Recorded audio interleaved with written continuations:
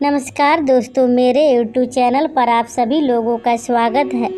दोस्तों, मैं एक छोटी सी कथा सुनाने जा रही हूँ। कृपा करके मेरी कथा को पूरा सुने, रहस्य जाने। आधा अधूरी कथा न सुने। आधा अधूरी कथा सुनने से आधा ही ज्ञान मिलता है, पूरी कथा सुनने से पूरी ज्ञान मिलता है। कथा को जब भी सुने, पूरी ज्ञान प्राप्त करें। अगर मेरी कथा अच्छी लगी तो वीडियो को लाइक करें, चैनल को सब्सक्राइब करें, कमेंट बॉक्स में हर हर महादेव लिखें। महादेव के नाम लिखने से, बोलने से घर में जो भी संकट विपदा आती है वो टल जाती है। इसीलिए महादेव के नाम लिखे और बोले। चलती हूँ छोटी सी कथा की ओर। एक समय की बात है, असामपुर गांव में एक सेठ अपनी पत्नी के साथ रहते। सेठ स्वभाव की बहुत अच्छे थे, धार्मिक विचार के थे। रोज सुबेरे नहा धोवा कर शिव जी के मंदिर में चले जाते, पूजा पाठ करते। सेठानी भी स्वभाव की बहुत अच्छी थी, धार्मिक विचार की थी, वो भी पूजा पाठ बहुत करती थी। कुछ दिन के बाद सेठानी एक पुत्री को जन्म दी। पुत्री को जन्म देते हुए सेठानी को देहांत हो गई थी। उस पुत्री का नाम दुखनी रखा गया। सेठ उस पुत्री से बहुत प्रेम भाव करते, माँ और पिता का भी प्यार देते। एक दिन गांव वाले बोले सेठ से, सेठ जी आप शादी कर लीजिए, इस पुत्री को माँ का प्यार मिल जाएगा। सेठ बोलते मैं शादी नहीं करूँगा।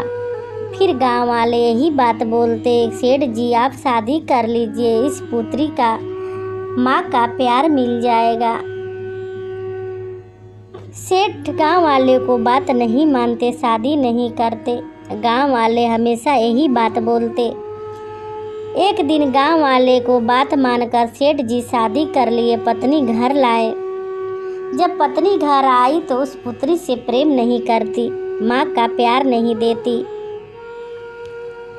सावन की महीना चल रही थी। सेठ जी एक दिन बोले कि चलो तुम मंदिर दरबार चलो, पूजा पाठ करो। सेठानी बोलती मैं पूजा पाठ नहीं करूँगी, मैं भगवान पर विश्वास नहीं रखती हूँ, मैं नहीं कभी पूजा पाठ करती हूँ। सेठानी कभी पूजा पाठ नहीं करती। कुछ दिन के बाद सेठानी भी पुत्री को जन्म दी। उस पुत्री का नाम सुखनी रखा गया। दुखनी बहुत धार्मिक विचार की थी, स्वभाव की बहुत अच्छी थी, वो भी पूजा पाठ में बहुत लीन रहती थी। और सुखनी पूजा पाठ नहीं करती, वो भी भगवान पर विश्वास नहीं रखती थी। सुखनी अपनी माँ जैसी थी। धीरे धीरे ऐसे ही समय बीतते गई। एक दिन दोनों बेटियां बड़ी हो गई, शादी का योग्य हो गई। सेठ अपने मन में सोचते मेरी बेटियां दोनों शादी का योग्य हो गई, क्यों नहीं कर देते शादी। इधर सेठानी दुखनी से सारा घर का काम करवाती और सुखनी से नहीं करवाती। सारा दिन काम करवाते रहती थी और उसको बोलते रहती थी। इधर सेठानी से बोले दोनों बेटी शादी का योग्य हो गई है, क्यों नहीं शादी कर देते हैं घर बर ढूंढकर। तभी सेठानी बोली देखो, शादी करना तो दुखनी को गरीब परिवार में करना, सुखनी को अमीर परिवार में करना। सेठानी के बात सुनकर घर भर ढूंढने निकल गए तो एक ही गांव में दोनों बेटियां का रिश्ता तय हुई। दुखनी के एक गरीब परिवार में रिश्ता तय हुई और सुखनी के अमीर परिवार में हुआ। दोनों को शादी हो गई, अपने ससुराल चले गए। सुखनी तो एक अमीर परिवार में गई थी, बहुत राज कर रही थी, बहुत सुख कर रही थी। दुखनी गरीब परिवार में गई थी, उसके घर में बहुत दुख था।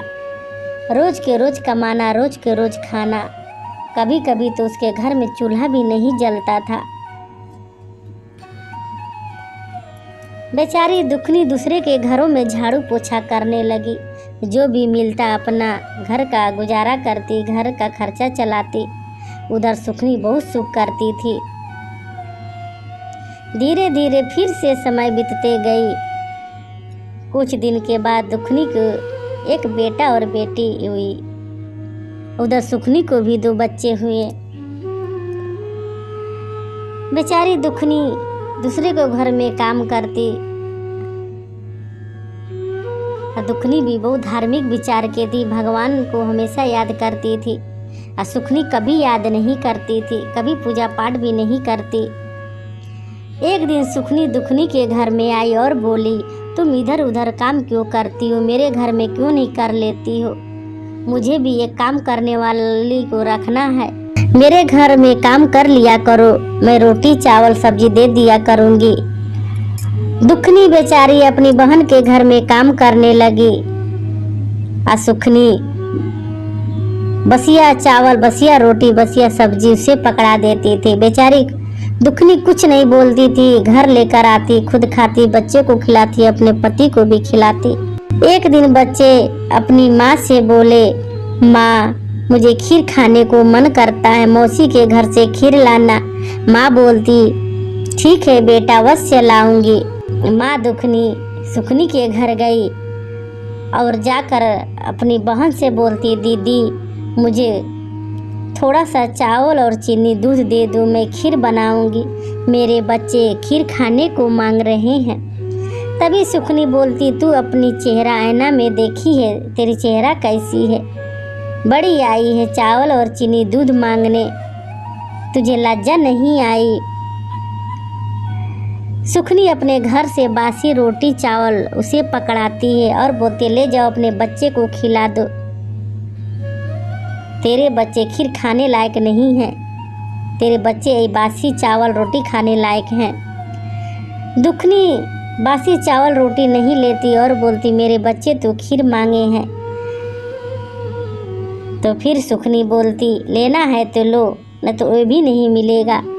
दुखनी कुछ भी नहीं ली, वहाँ से बन की ओर जाने लगी और मन में सोची, अगर मैं घर जाऊँ तो मेरे बच्चे बोलेंगे कि मौसी के घर से खीर लाई, तो मैं क्या बोलूँगी?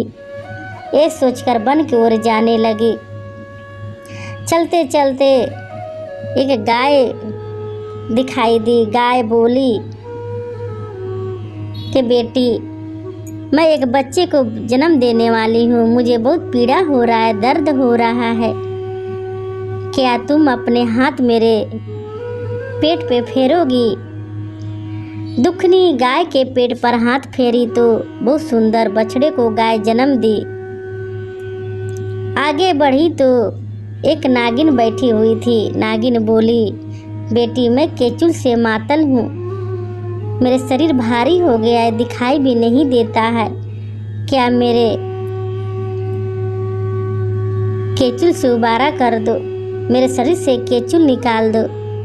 दुखनी नागिन के शरीर से केचुल निकाली, फिर आगे बढ़ गई। आगे गई तो वन में एक बुढ़िया बैठी थी। बुढ़िया बोली, बेटी तुम मेरा एक काम कर दो, मैं बहुत बूढ़ी हो गई हूँ, मेरे टांगों में बहुत दर्द हो रही है, क्या मेरी तुम पैर दबा दोगी? दुखनी बेचारी बुढ़िया को पैर दबाई, वहाँ से जाने लगी। तभी बुढ़िया बोली कि बेटी कहाँ जा रही हो, तुम मेरी मदद की, मैं भी कुछ देना चाहती हूँ। बुढ़िया एक लाल कपड़ा में पुतली से बंधी हुई दुखनी को दी। दुखनी वहाँ से लेकर चले गई। तभी नागिन मिली। नागिन बोली, तुम मेरी मदद की थी, ये लो गुलाब का फूल, ये अपना घर में ले जाकर बक्से में रख देना। आगे बढ़ी तो गाय बोली, बेटी तुम मेरी मदद की थी, मैं तेरे साथ रहना चाहती हूँ और चलना चाहती हूँ। दुखनी गाय को लेकर अपने घर चले गई। घर गई तो पोटली खोली तो देख रही है उसमें आटा, चावल, चीनी, दूध, हर एक सामान उस पोटली में था। और गुलाब के फूल जो बक्से में रख दी थी, तो बक्से खोलकर देखी तो उसमें हीरा मोती भरा हुआ था। वो फूल हीरे मोती में बदल गया था। और गाय इतना सारा दूध देने लगी, उसके बच्चे खा भी नहीं पा, उसके बच्चे इतने खाते थे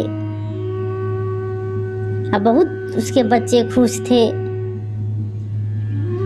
अब तो दुखनी गाय के दूध बेचने भी लगी। गाय के दूध जो भी लेते, जो भी गाय के दूध पीते,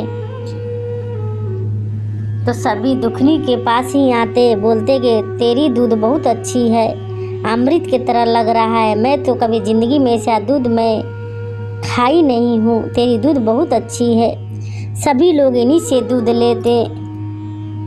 गाय बहुत सारा दूध दे रही थी। धीरे धीरे दुखनी अमीर होते जा रही थी। उधर सुखनी को पता चला कि दुखनी अमीर होते जा रही है, इसके पास इतना धन कहाँ से आया। 4-5 दिन से मेरे घर में काम करने भी नहीं आ रही है, क्यों नहीं चल के देखूं। सुखनी दुखनी के घर आई तो देख रही है सच में ये तो अमीर होते जा रही है। इसके घर में गाय है, दूध है, दही है, धन भी पड़ा है। सुखनी दुखनी से बोली, तुम मेरे घर में काम करने क्यों नहीं आती। तभी दुखनी बोलती, अब मैं काम नहीं करूँगी, क्या तुम करोगी तो मेरे घर में कर लो, काम करने वाले रखना चाहती हूँ। तभी सुखनी फिर बोली, दुखनी तुम इतना सारा धन कहाँ से लाई, तुम इतना अमीर कैसे हुई। दुखनी सारे बात अपनी बहन से बताने लगी। सारा बात सुनकर सुखनी एक गरीब का भेष बना ली और वन की ओर जाने लगी। गई तो रास्ते में गाय मिली। गाय सुखनी को देखकर सींग हिलाने लगी, उसे मारने दौड़ने लगी। सुखनी वहाँ से डर से आगे बढ़ गई। तभी नागिन दिखाई दी। नागिन ने फुफकार मारने लगी। उसका फुफकार सुनकर ना सुखनी डर के मारे आगे बढ़ गई। तभी वो बुढ़िया वन में बैठी थी। बुढ़िया बोली, तुम मेरी वन में क्या करने आई है, मेरे बिना इजाज़त के कोई इस वन में नहीं आता, तुम क्या करने आई। बुढ़िया खूब चिल्लाने लगी और सुखनी को डंडा बरसाने लगी। सुखनी वहाँ से भाग गई। भागते हुए दुखनी के घर गई। दुखनी से बोली, तुम झूठ क्यों बोली, मेरे साथ छल क्यों की। दुखनी बोलती, मैं छल नहीं की हूँ दीदी, मैं जो भी बोली हूँ सही बोली हूँ। सुखनी वहाँ से अपने घर गई तो देख रही है मेरा सारे धन कोयला बन चुका है, ये कैसे हो गया। अब दुखनी के पास आई, रोने लगी, कहने लगी मेरा धन भी कोयला बन चुका है, तुम इतनी अमीर हो गई, मैं गरीब हो गई, ये कैसे हो सकता है। सुखनी दौड़ते दौड़ते भोलेनाथ के मंदिर में गई। पीछे से दुखनी भी गई। सुखनी भोलेनाथ से कहने लगी, भोलेनाथ ये कैसे हो गया, मेरे सारे धन कोयला बन गया, मेरी बहन गरीब होकर इतनी अमीर हो गई। उसी समय भोलेनाथ सुखनी को साक्षात दर्शन दिए और बोले, देखो तुम गरीब बनी हो, तेरा धन कोयला बना है, तेरा सब कर्म के अनुसार मिला है, ये सब कर्म का परिणाम मिला है, तुम जैसी कर्म की है वैसा मिला है। कर्म का फल तो सबको मिलता है, सबको मिलकर रहता है, अच्छा हो या बुरा हो। कोई भी मनुष्य अच्छा करता है चाहे बुरा करता है, उसको मिलकर रहता है। तेरे पास इतना धन था, दौलत था, तेरी बहन तेरे घर में काम करती थी, उसको असिया बसिया खिलाती थी। तेरे पास इतना धन था, तू अपनी बहन को मदद कर सकती थी, उसको सहारा बन सकती थी। यहाँ तक उसका बच्चे खीर खाने को मांगे, तेरी बहन तुझसे मांगने आई थी तो उसको नहीं दी, भला बुरा कहकर उसे बासी चावल बासी रोटी पकड़ा रही थी।